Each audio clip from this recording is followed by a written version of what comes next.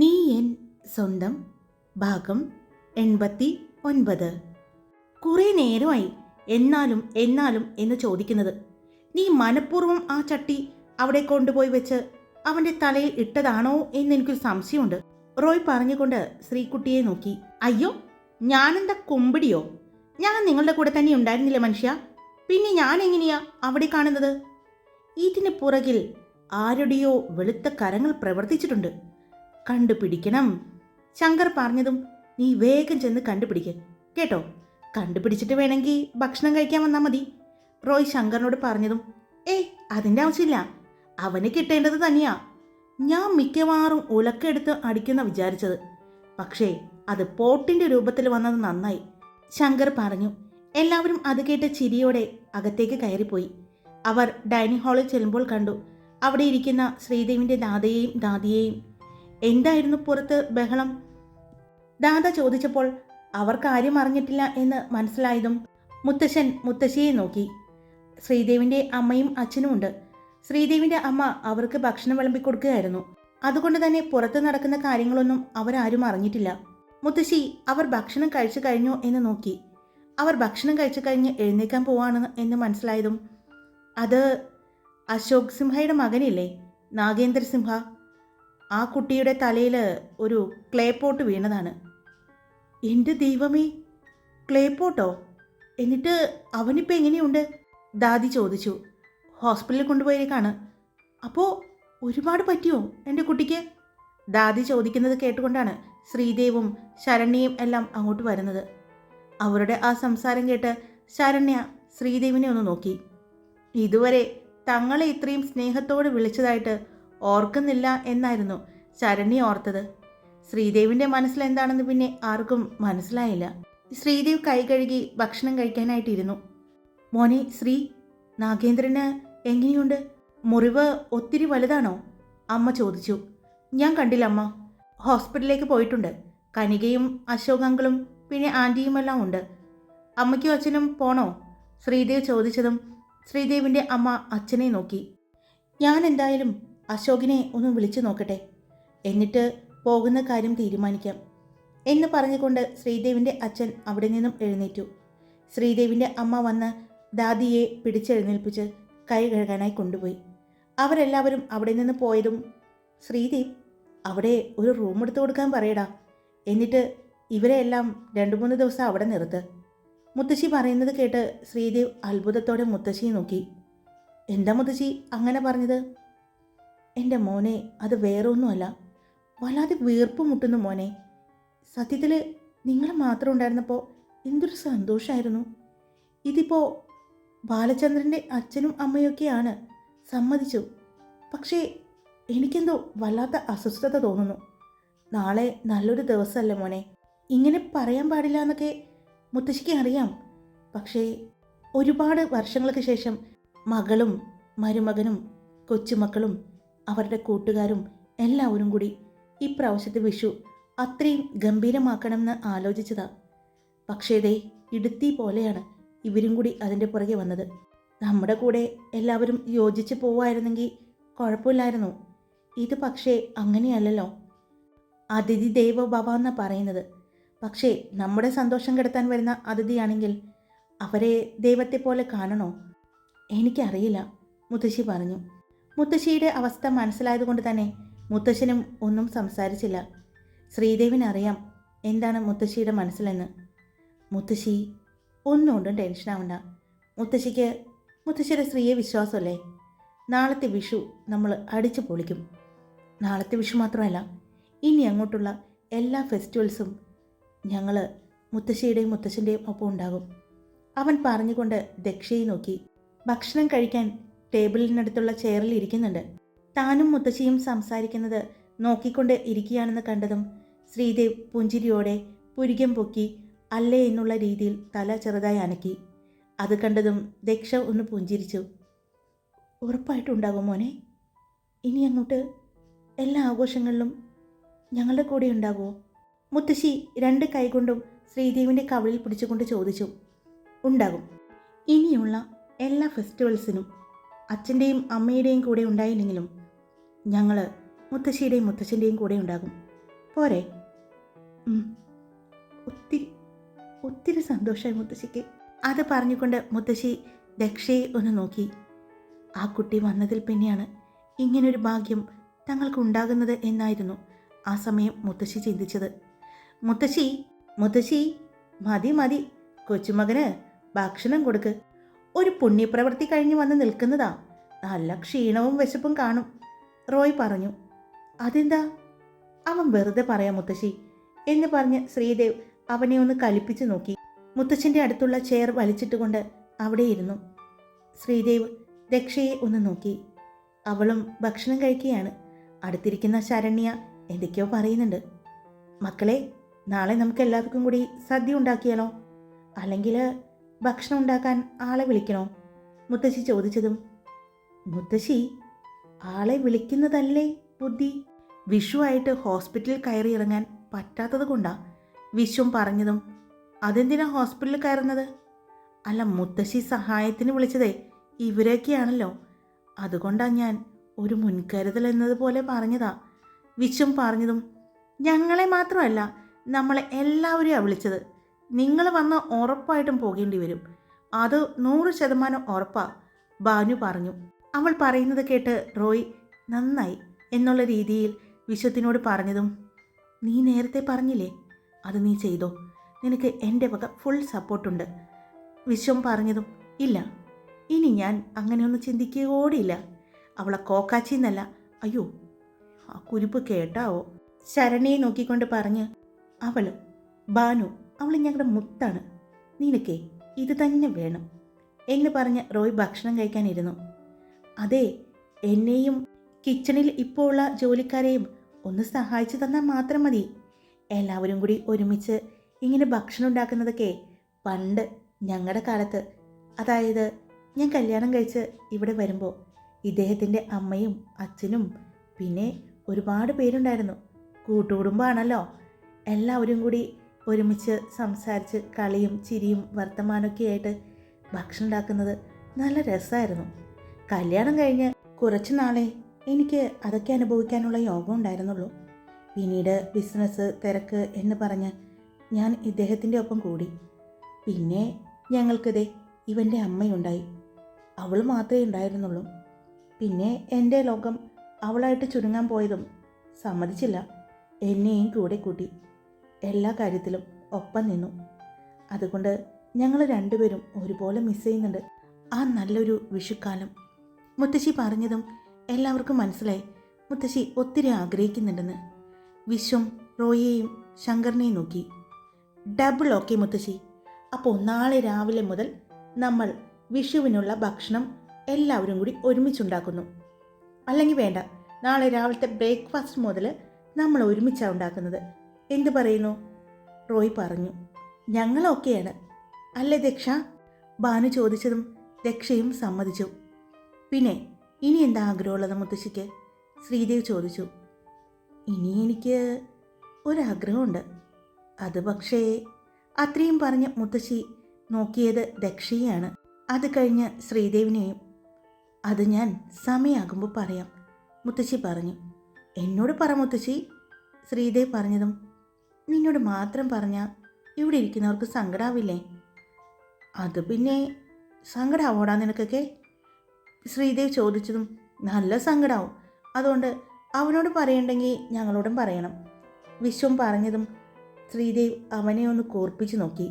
നീ ഇങ്ങനെ കൂർപ്പിച്ച് നോക്കണ്ട, മുത്തശ്ശി പറഞ്ഞ കാര്യം നീ ഇവരാരും ഇല്ലാത്തപ്പോൾ ഞങ്ങളോട് പറയുമെങ്കിൽ ഞങ്ങൾ സമ്മതിക്കാം, റോയ് പറഞ്ഞതും. എനിക്കിപ്പോൾ അറിയണ്ട മുത്തശ്ശി, എപ്പോൾ തോന്നുന്നു അപ്പം പറഞ്ഞാൽ മതി, പോരെ? ശ്രീദേവ് ചോദിച്ചു. ഇത്ര പെട്ടെന്ന് നീ കീഴടങ്ങിയോ ശ്രീദേവ്? അരുത്, നീ ഇങ്ങനെ കീഴടങ്ങാൻ പാടില്ല, ശങ്കർ പറഞ്ഞതും അവിടെയുള്ള എല്ലാവരും ചിരിച്ചു. ശ്രീദേവിനും ചിരി വരുന്നുണ്ടായിരുന്നു. ആ രീതിയിലാണ് ശങ്കർ പറഞ്ഞത്. പിന്നീട് എല്ലാവരും ഒരുമിച്ച് സന്തോഷത്തോടെ ഭക്ഷണം കഴിക്കുമ്പോഴാണ് ശ്രീദേവിൻ്റെ അച്ഛൻ അങ്ങോട്ട് വരുന്നത്. അദ്ദേഹവും കാണുകയായിരുന്നു അവരെല്ലാവരും ഒരുമിച്ച് എത്ര സന്തോഷത്തിലാണെന്ന്. കഴിഞ്ഞ ദിവസം അവരുടെ കൂടെ ഇരുന്ന് ഭക്ഷണം കഴിച്ചപ്പോൾ പുറമേ കാണിച്ചില്ലെങ്കിലും അവരുടെ സംസാരവും പരാതിയും കുറുമ്പുമെല്ലാം താനും ആസ്വദിക്കുന്നുണ്ടായിരുന്നു. പക്ഷേ ഇന്ന് കാത്തിരുന്നു അവരുടെ ഒപ്പം കഴിക്കാൻ. പക്ഷേ അച്ഛനും അമ്മയും ഉള്ളത് കൊണ്ട് തനിക്ക് ഒന്നും ചെയ്യാൻ പറ്റാതിരുന്നത് എന്ന് അദ്ദേഹം ചിന്തിച്ചു. അച്ഛാ, അച്ഛനെ എങ്ങോട്ടാണ് പോകുന്നത്?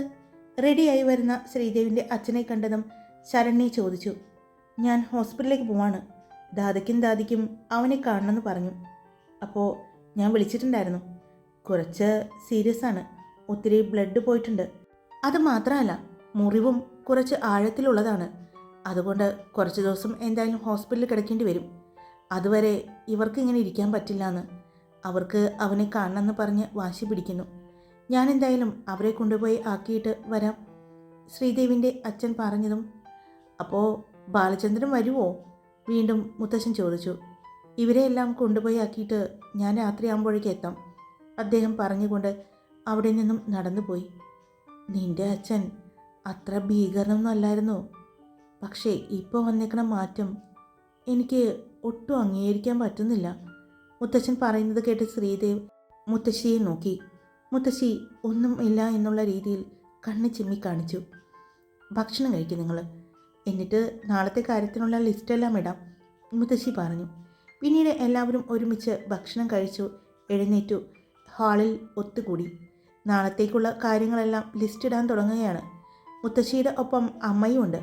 പിന്നെ പണിക്ക് നിൽക്കുന്ന 2 ചേച്ചിമാരെയും കൂടി മുത്തശ്ശി അങ്ങോട്ട് വിളിച്ചു. കിച്ചണിൽ ഇല്ലാത്ത സാധനങ്ങളുടെ ലിസ്റ്റ് പറയാൻ പറഞ്ഞു. എല്ലാവരും ഒരുമിച്ച് സംസാരിച്ചും വിഷുവിന് കണി ഒരുക്കാനുള്ള സാധനങ്ങളുടെ ലിസ്റ്റും ഇട്ട് മുത്തശ്ശനെ നോക്കി. സതീശൻ ഹോസ്പിറ്റലിൽ നിന്ന് വന്നു കഴിയുമ്പോൾ ലിസ്റ്റ് കൊടുത്തു വിടും കേട്ടോ, മുത്തശ്ശി പറഞ്ഞു. അതിനെന്താ, അവൻ വരുമ്പോൾ കൊടുത്തു വിടാം. നമുക്കൊന്ന് പറമ്പിലേക്ക് ഇറങ്ങിയാലോ? ആവശ്യത്തിലധികം പച്ചക്കറികൾ അവിടെ നിന്ന് കിട്ടുമെന്ന് തോന്നുന്നു. കണി വയ്ക്കാനുള്ള വെള്ളരിക്കയെല്ലാം ഉണ്ടായി കിടക്കുന്നുണ്ടെന്ന് സതീശൻ പറയുന്നുണ്ടായിരുന്നേ. നമുക്കൊന്ന് പോയി നോക്കിയിട്ട് വരാം, എന്നിട്ട് ലിസ്റ്റിൽ വേണ്ട മാറ്റങ്ങൾ വേണമെങ്കിൽ വരുത്താം, മുത്തശ്ശൻ പറഞ്ഞതും എല്ലാവരും സന്തോഷത്തോടെ എഴുന്നേറ്റു. എല്ലാവരും കൂടി ഒരുമിച്ച് പറമ്പിലേക്ക് ഇറങ്ങി. പെൺപിള്ളേരുടെ കയ്യിൽ കുട്ടകളും മറ്റുമുണ്ട്. ഇതെന്തിനാ ഈ കുട്ടകളൊക്കെ എടുത്തിരിക്കുന്നത്? പിന്നെ ഈ പറമ്പിലുള്ള പച്ചക്കറിയൊക്കെ പറിച്ചു വരുമ്പോൾ തൻ്റെ തലയിൽ വെക്കോ? അത് വെക്കാനാ ഈ കുട്ട, വിശ്വം ചോദിച്ചതിന് അപ്പോൾ തന്നെ ഭാനു മറുപടി പറഞ്ഞു. ഞാനില്ല ഈ കുരുപ്പിൻ്റെ ഒപ്പം എന്ന് പറഞ്ഞ് തിരിഞ്ഞു നടക്കാൻ പോയ വിശ്വത്തിനെ റോയ് പിടിച്ചു. അങ്ങനെ പോകല്ലേ, ഇവളുടെ ഒപ്പം നീ തന്നെ വേണം. അവൾ പറയുന്നതെല്ലാം നീ കേൾക്കണം. നിനക്ക് ഒത്തിരി ഇഷ്ടമല്ല അവൾ പറയുന്നത്, അതുകൊണ്ട് മോൻ വാ എന്ന് പറഞ്ഞ് റോയ് വിശ്വത്തിൻ്റെ കയ്യിൽ പിടിച്ചു. പക വീട്ടാണല്ലേ നീ? അതെ, പക അത് വീട്ടാനുള്ളതാണ്. മതി, ഒരു സിനിമാ ഡയലോഗും കൊണ്ട് ഇറങ്ങിയേക്കാവൻ. എല്ലാവരും അവിടെ സതീശൻ ചേട്ടൻ നട്ടു വളർത്തിയിരിക്കുന്ന പച്ചക്കറി തോട്ടത്തിലേക്ക് പോയി. അത്യാവശ്യം എല്ലാ പച്ചക്കറികളും അവിടെ തന്നെ ഉണ്ടായിരുന്നു. അതിലാണെങ്കിൽ നിറയെ ഉണ്ടായി നിൽക്കുന്നുണ്ട്. എല്ലാവരും കൂടി ഒരുമിച്ച് തന്നെ എല്ലാം പറിച്ചെടുക്കാൻ തുടങ്ങി. ശ്രീദേവ് ദക്ഷയുടെ അടുത്ത് തന്നെയുണ്ട്. ദക്ഷ ചെയ്യുന്നതിനെല്ലാം ഓരോന്നിനും അവളുടെ കൂടെ തന്നെ നിന്ന് ചെയ്യുന്നുണ്ട്. അത് കണ്ട് മുത്തശ്ശിയെ നോക്കി. നമ്മളെപ്പോലെ തന്നെ അല്ലേ, മുത്തശ്ശൻ ചോദിച്ചതും മുത്തശ്ശി പുഞ്ചിരിച്ചുകൊണ്ട് തലയണക്കി. എന്താ മുത്തശ്ശ? അതിനിടയിൽ ഒരു സ്വകാര്യം തല പൊക്കി നോക്കിയ റോയ് പറഞ്ഞതും നീ ഞങ്ങളുടെ പുറകെ തന്നെ നോക്കി നടക്കാണോടാ?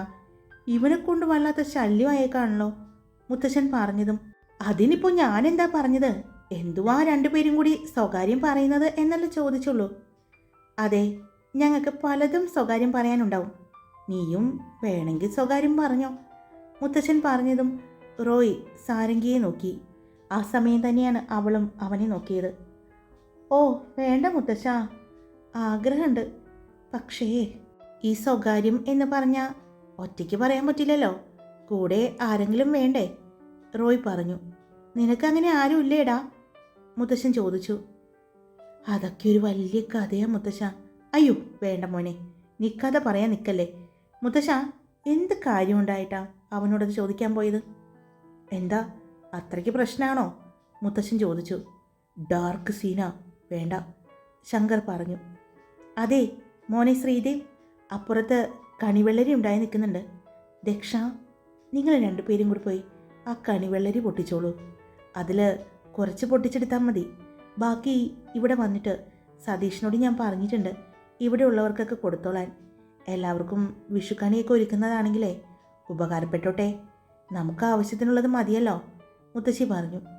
ആ മുത്തശ്ശി എന്ന് പറഞ്ഞ് ശ്രീദേവ് ദക്ഷയെ നോക്കി. അവർ രണ്ടുപേരും കൂടി ഒരുമിച്ച് കണിവെള്ളരി നിൽക്കുന്ന ഭാഗത്തേക്ക് പോയതും കൊച്ചുമകനെയും അവൻ കെട്ടാൻ പോകുന്ന പെൺകുട്ടിയെയും ഇത്രയധികം സപ്പോർട്ട് ചെയ്യുന്ന ഒരു മുത്തച്ഛനെയും മുത്തശ്ശിയും ഈ ലോകത്ത് ആർക്കും കിട്ടിയിട്ടുണ്ടാവില്ല. അവർ പോകുന്നത് നോക്കിക്കൊണ്ട് വിശ്വം പറഞ്ഞു. കണ്ണ് വെക്കാതെട ചെക്ക, മുത്തശ്ശി പറഞ്ഞു. കണ്ണ് വെച്ചതല്ല, നിങ്ങളുടെ ഒത്തൊരുമയെയും ഈ സപ്പോർട്ടിനെയും കണ്ട് ഒന്ന് പറഞ്ഞു പോയതാ. ക്ഷമിക്ക് ഭവതി. കൈകൾ കൂപ്പി വിശ്വം കളിയാക്കുന്നത് പോലെ പറഞ്ഞതും ഡാ കളിയാക്കുന്നോ എന്ന് ചോദിച്ചുകൊണ്ട് മുത്തശ്ശി കയ്യിലിരുന്ന തക്കാളി എടുത്ത് എറിയാൻ പോയതും പഴുത്തത് നോക്കി എറി, ഞാൻ ക്യാച്ച് പിടിച്ചോളാം, വിശ്വം പറഞ്ഞു. ഇവനെ പറഞ്ഞിട്ട് ഒരു കാര്യമില്ല. ഇവൻ എങ്ങനെയാണാവോ ഡയറക്ടറായത്? ഒരു ഡയറക്ടർ എന്നൊക്കെ പറഞ്ഞാൽ ഒരു സിനിമയിലെ എല്ലാവരെയും ഒരുപോലെ കൈകാര്യം ചെയ്യുന്ന ഒരാളാണ് ഡയറക്ടർ എന്ന് പറഞ്ഞാൽ. ഇവൻ എങ്ങനെയാണ് ഇത്രയും നല്ല ഡയറക്ടറായത്? ഇവിടെ വന്ന് കണ്ട ആരെങ്കിലും പറയോ പ്രശസ്ത ഡയറക്ടർ വിശ്വമാണ് ഈ നിൽക്കുന്നത് എന്ന്? വായ തുറന്ന് ഇവൻ സംസാരിക്കുന്നത് കേട്ട ആരെങ്കിലും പറയോ സിനിമാ സെറ്റിൽ എല്ലാവരെയും വിറപ്പിച്ച് നിൽക്കുന്ന ഡയറക്ടറാണെന്ന്? മുത്തശ്ശി പറഞ്ഞതും അതങ്ങനെയാ. ഈ ശക്തിദേവ് മുത്തശ്ശിയുടെ മുന്നിൽ ഒരു പൂച്ചക്കുട്ടിയല്ലേ? അതുപോലെ നമ്മുടെ ശ്രീദേവ് ദക്ഷയുടെ മുന്നിലും പൂച്ചക്കുട്ടിയാവും. ബിസിനസ് ഇൻഡസ്ട്രിയിലെ രണ്ട് ടൈക്കൂണുകൾ ഇങ്ങനെയാണെങ്കിൽ ഈ പാവം ഞാൻ ഇങ്ങനെ ആയില്ലെങ്കിലേ അത്ഭുതമുള്ളൂ, വിശ്വം പറഞ്ഞു. പിന്നെയും പരസ്പരം കളിയാക്കിയും വഴക്ക് കൂടിയും എല്ലാം അവർ അവരുടെ ജോലി ചെയ്തു പോന്നു. ദേവ്, ഇത് നോക്ക്, ഇത് മതിയില്ലേ? ഒരു ഭംഗിയുള്ള കണിവെള്ളരി കൈ പിടിച്ചുകൊണ്ട് ദക്ഷ ചോദിച്ചതും ശ്രീദേവ് അവളുടെ അടുത്തേക്ക് വന്നു. അത് പിടിച്ചു നോക്കി. ഇത് മതി, നന്നായിട്ടുണ്ട് കാണാൻ. അത് കണ്ട് ശ്രീദേവ് പറഞ്ഞു. ഒരെണ്ണം മതിയോ നമുക്ക്? ദേവ് ചോദിച്ചു. മുത്തശ്ശി 2 or 3 എടുത്തോളം പറഞ്ഞിട്ടുണ്ട്. കണി വയ്ക്കാൻ മാത്രമല്ല, നാളത്തെ സദ്യയ്ക്കും കൂടി വേണമെന്നാ പറഞ്ഞത്. ഓ, അക്കാര്യം ഞാൻ മറന്നു. എന്നാ പിന്നെ ദാ ആ നിൽക്കുന്നത് കൂടി പറിക്കാം അല്ലേ? അതും പറഞ്ഞ് തിരിഞ്ഞു പോകാൻ പോയ ശ്രീദേവിൻ്റെ കയ്യിൽ ദക്ഷ പിടിച്ചു. അതെ, ആ പോട്ട് എങ്ങനെയാണ് കറക്റ്റായിട്ട് നാഗേന്ദ്രൻ്റെ തലയിൽ വന്ന് വീണതെന്ന് എനിക്കറിയാം. പക്ഷേ ചെയ്യുമ്പോൾ ഒരു കാര്യം ഓർക്കണം, അവസാനം അത് പാരയായിട്ട് നമ്മളിലേക്ക് തന്നെ വരരുത് എന്ന്. ദക്ഷ പറഞ്ഞതും ശ്രീദേവ് മനസ്സിലാകാത്തതുപോലെ നോക്കി. അതല്ല, ഇനിയിപ്പോൾ ഹോസ്പിറ്റലിൽ നിന്ന് വന്നു കഴിഞ്ഞാൽ അയാളെ പെട്ടെന്ന് ഹൈദരാബാദിലേക്ക് വിടാൻ പറ്റില്ലല്ലോ, ഇവിടെ നിർത്തേണ്ടി വരില്ലേ? ദക്ഷ ചോദിച്ചതും ശ്രീദേവ് ഒന്ന് പുഞ്ചിരിച്ചു. അവൻ പെട്ടെന്ന് ഹൈദരാബാദ് വരണ്ട, അതുകൊണ്ടല്ലേ ഞാൻ അങ്ങനെ ചെയ്തത്. നമ്മൾ എന്തായാലും വിഷു കഴിഞ്ഞ് ഉടനെ തന്നെ തിരിച്ചു പോവും. ഞാൻ എൻ്റെ വർക്കുമായിട്ട് ഹൈദരാബാദും പിന്നെ വേറെ സ്ഥലങ്ങളിലൊക്കെ ആയിട്ട് പോവും. നിങ്ങളും ഹൈദരാബാദിലേക്ക് തന്നെ തിരിച്ചു പോയില്ലേ? അപ്പോൾ അവൻ ഇവിടെ നിൽക്കട്ടെ, മുത്തശ്ശിക്കും മുത്തശ്ശനും ഒരു കൂട്ടായിട്ട്. ശ്രീദേവ് പറഞ്ഞതും എന്തിന്? അത് വേണ്ട, മുത്തശ്ശനും മുത്തശ്ശിക്കും കൂട്ടായിട്ട് അവൻ വേണ്ട. അവന് വിശ്വസിക്കാൻ കൊള്ളില്ല. എന്ത് ധൈര്യത്തിലാ നമ്മൾ അവരുടെ അടുത്ത് മുത്തശ്ശനെയും മുത്തശ്ശിയെ ആക്കിയിട്ട് പോകുന്നത്? നാഗേന്ദ്രൻ അയാൾ നിൽക്കുമ്പോൾ സ്വാഭാവികമായിട്ടും അയാളുടെ അമ്മയും അച്ഛനും എല്ലാം ഇവിടെ നിൽക്കില്ലേ? അതുകൊണ്ട് വേണ്ട, സേഫ് അല്ല അവരുടെ അടുത്ത് മുത്തശ്ശനും മുത്തശ്ശിയും. തൻ്റെ മുത്തശ്ശൻ്റെയും മുത്തശ്ശിയുടെയും കാര്യങ്ങൾ എത്ര നന്നായിട്ടാണ് അവൾ ശ്രദ്ധിച്ചിരിക്കുന്നത്. അവരെ സംരക്ഷിക്കാനല്ലേ അവൾ ചെയ്യുന്നത്? ശ്രീദേവ് ഓർത്തു. ശരി, അവരെവിടെ നിർത്തണ്ട. എന്നാ ഒരു കാര്യം ചെയ്താലോ? നമുക്ക് ഇപ്രാവശ്യം പോകുമ്പോൾ മുത്തശ്ശനെയും മുത്തശ്ശിയെയും ഹൈദരാബാദിനെ കൊണ്ടുപോയാലോ? ശ്രീദേവ് ചോദിച്ചു. അതിന് മുത്തശ്ശനും മുത്തശ്ശിയും വരുമോ? ആ, നമുക്ക് നോക്കാം. നിങ്ങൾ എന്തായാലും അവിടെ ഒരു വില്ല എടുക്കുന്ന കാര്യം പറഞ്ഞില്ലേ? അത് ഞാൻ റെഡിയാക്കിയിട്ടുണ്ട്, ശ്രീദേവ് പറഞ്ഞതും അവൾ ഞെട്ടലോടെ ശ്രീദേവിനെ നോക്കി. എപ്പോ? അതൊക്കെ റെഡിയാക്കിയിട്ടുണ്ട്. അപ്പോൾ അങ്ങോട്ട് പോകുമ്പോൾ മുത്തശ്ശനെയും മുത്തശ്ശിയും കൊണ്ടുപോകാം. എന്ത് പറയുന്നു? ശ്രീദേവ് ചോദിച്ചു. അവർ വരികയാണെങ്കിൽ എനിക്ക് സന്തോഷമേ ഉള്ളൂ, ദക്ഷ പറഞ്ഞു. എന്തായാലും സംസാരിച്ച് നോക്കാം, ഉറപ്പൊന്നുമില്ല. പിന്നെ ഞാൻ എപ്പോഴും അങ്ങോട്ട് വരുമെന്ന് പറഞ്ഞാൽ ചിലപ്പോൾ നടക്കുമായിരിക്കും. പിന്നെ മുത്തശ്ശനും മുത്തശ്ശിക്കും ഓവറായിട്ട് വാശിയൊന്നുമില്ല. ഞങ്ങൾ ഇന്ന നാട്ടിലേ നിൽക്കൂ, ഞങ്ങളുടെ ഇനിയുള്ള കാലം ഇവിടെ കഴിയൂ, അങ്ങനെയൊന്നുമില്ല. രണ്ടുപേരും ഇപ്പോഴും നല്ല റൊമാൻറ്റിക് കപ്പിളല്ലേ? ശ്രീദേവ് പറഞ്ഞുകൊണ്ട് ദക്ഷയുടെ തോളിലൊന്ന് തട്ടി. അവളും ഒന്ന് പുഞ്ചിരിച്ചു. ശരിയാണ്, മുത്തശ്ശനും മുത്തശ്ശിയും ഇപ്പോഴും റൊമാൻറ്റിക് കപ്പിൾസ് തന്നെയാണ്, അവൾ ഓർത്തു. ഹായ്, എല്ലാവരും സുഖമായിട്ടിരിക്കുന്നോ? ഞാൻ സുഖമായിട്ടിരിക്കുന്നു. ഞാൻ വലിച്ചു നീട്ടിയതല്ല കേട്ടോ. നാളത്തെ വിഷുവിന് ചെറിയ പ്രത്യേകതകളുണ്ട്. അതിലേക്ക് കടക്കാനുള്ള ഒരു തയ്യാറെടുപ്പിലാണേ. അപ്പോൾ നിങ്ങൾക്ക് ഇഷ്ടപ്പെട്ട ലൈക്ക് ചെയ്യുക, ഹൈപ്പ് ചെയ്യുക, നിങ്ങളുടെ അഭിപ്രായങ്ങൾ കമൻറ്റ് ചെയ്യുക. സബ്സ്ക്രൈബ് ചെയ്യാതെ കേൾക്കുന്നവരുണ്ടെങ്കിൽ സബ്സ്ക്രൈബ് ചെയ്ത് സപ്പോർട്ട് ചെയ്യുക. Love you all. It's me Karthika.